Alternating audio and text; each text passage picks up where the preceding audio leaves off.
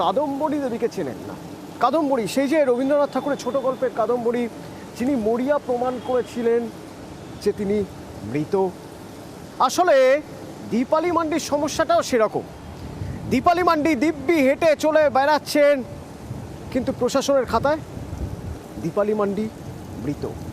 লক্ষ্মীর ভাণ্ডার প্রায় 1 বছর হয়ে গেল, পান না, কোনো সুযোগ সুবিধা পান না। কারণ ওই যে সরকারি খাতায় দীপালি মান্ডি আর বেঁচে নেই।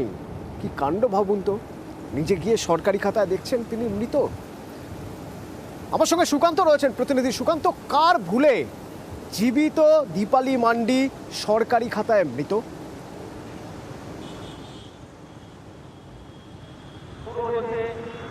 দেখো অতনুদা, যেটা জানা যাচ্ছে দীপালি মান্ডির প্রায় 8 মাস ধরে এই যে তিনি যে ভাতা পান সেই ভাতা বন্ধ হয়ে রয়েছে, অর্থাৎ 1000 টাকা পাচ্ছেন না তিনি। দাবি করছেন যখনই তিনি এই লক্ষ্মীর ভাণ্ডার পোর্টালে যে আধার কার্ড আপলোড করছেন তখনই দেখছেন যে তিনি মৃত। অর্থাৎ তিনি তারপরেই প্রশাসনের, অর্থাৎ ব্লক প্রশাসন, গ্রাম পঞ্চায়েত সব জায়গায় যাচ্ছেন। তিনি বলছেন যে আমি মৃত কি করে হলাম, আমাকে জীবিত করুন এবং আমি যাতে এই টাকা অর্থাৎ 1000 টাকা এই লক্ষ্মীর ভাণ্ডারের টাকা পাই, যে টাকায় খুব দরিদ্র পরিবার অতনুদা, সেই পরিবারের এই 1000 টাকা খুবই কাজে লাগে।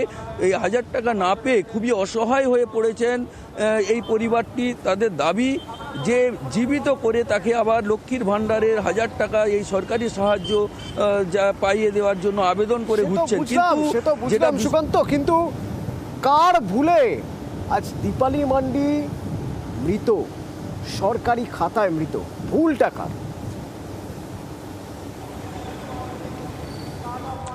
দেখো অতনুদা, যেটা জানা যাচ্ছে যে দীপালি মান্ডির বিষয়ে যখন খোঁজ নিই তখন ঘাটালের আমাদের বিডিও সাহেব, ওনার সাথেও যোগাযোগ করি। উনি যে পরিষ্কার জানিয়েছেন যে এই ভুলটা হচ্ছে একটি কারণেই হতে পারে বলে অনুমান করছেন, যে কেউ পাশাপাশি মারা গিয়েছিলেন, সেই মারা যাওয়ার সময় কোনো আধার কার্ড দেওয়া হয়েছিল এবং সেই সময় ওই দীপালি মান্ডির হয়তো আধার কার্ড দেওয়া হয়েছে, যার ফলে এই ভুলটা হয়েছে।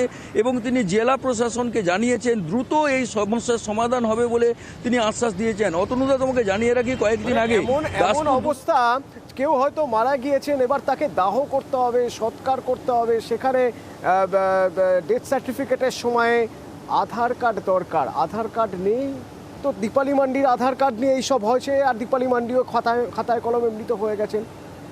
বেঁচে থাকা দীপালি মান্ডি চোখের সামনে দেখছেন, শুনছেন তিনি নাকি মৃত। কি বলছেন?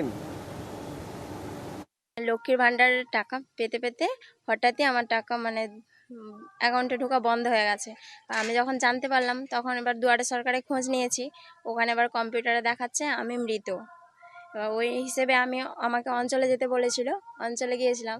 অঞ্চল থেকে ওখানে দরখাস্ত লিখে আবার বিডিও অফিস ফের পাঠিয়েছিলেন, ওখানে সব কাগজপত্র জমা দিয়ে বলেছিলেন টাকা ঢুকে যাবে অ্যাকাউন্টে। কিন্তু 1 বছর হয়ে গেল, এখনো কোনো খবর নেই। প্রশাসন বলছে হয়ে যাবে, এখনো পর্যন্ত হয়নি, কবে হবে?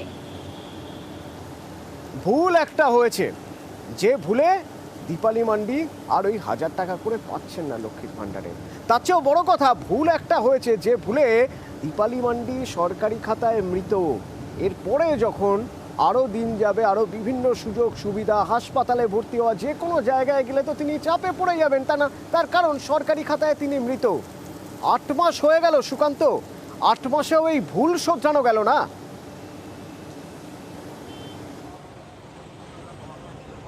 একদমই অতনুদা, শুধু ভুল শুধরানো নয়, প্রশাসনের এর ফলে খেসারত দিতে হবে ওই দীপালি মান্ডিকে। কারণ তিনি যে ব্যাংক অ্যাকাউন্ট ব্যবহার করেন সেই অ্যাকাউন্টেও কিছুদিন পরে বন্ধ হয়ে যেতে পারে। শুধু তাই নয়, সরকারি বিভিন্ন সুবিধা থেকে তিনি বঞ্চিত হতে পারেন, তাই আশঙ্কা করছেন দীপালি মান্ডি। আর তার কাতর প্রশাসনের কাছে অনুরোধ যে তাকে দ্রুত সরকারি খাতায় তাকে জীবিত করে দেওয়া হোক। অতনুদা, দ্রুত সমস্যা সমাধানের আশ্বাস দিয়েছেন পঞ্চায়েত প্রধান। 8 মাস সময়টা বোধহয় বড্ড কম। আশা করা যায় দ্রুত 8 মাসেরও কম সময় হবে। পঞ্চায়েত প্রধান সমস্যা সমাধানের আশ্বাস দিয়েছেন। আগের যে তৃণমূল বোর্ড ছিল ওখানে অনেকবার জানিয়েছে, কিন্তু আমরা বিজেপি বোর্ড, আমরা এই নতুন বসেছি, আমরা মানুষের পাশে আছি।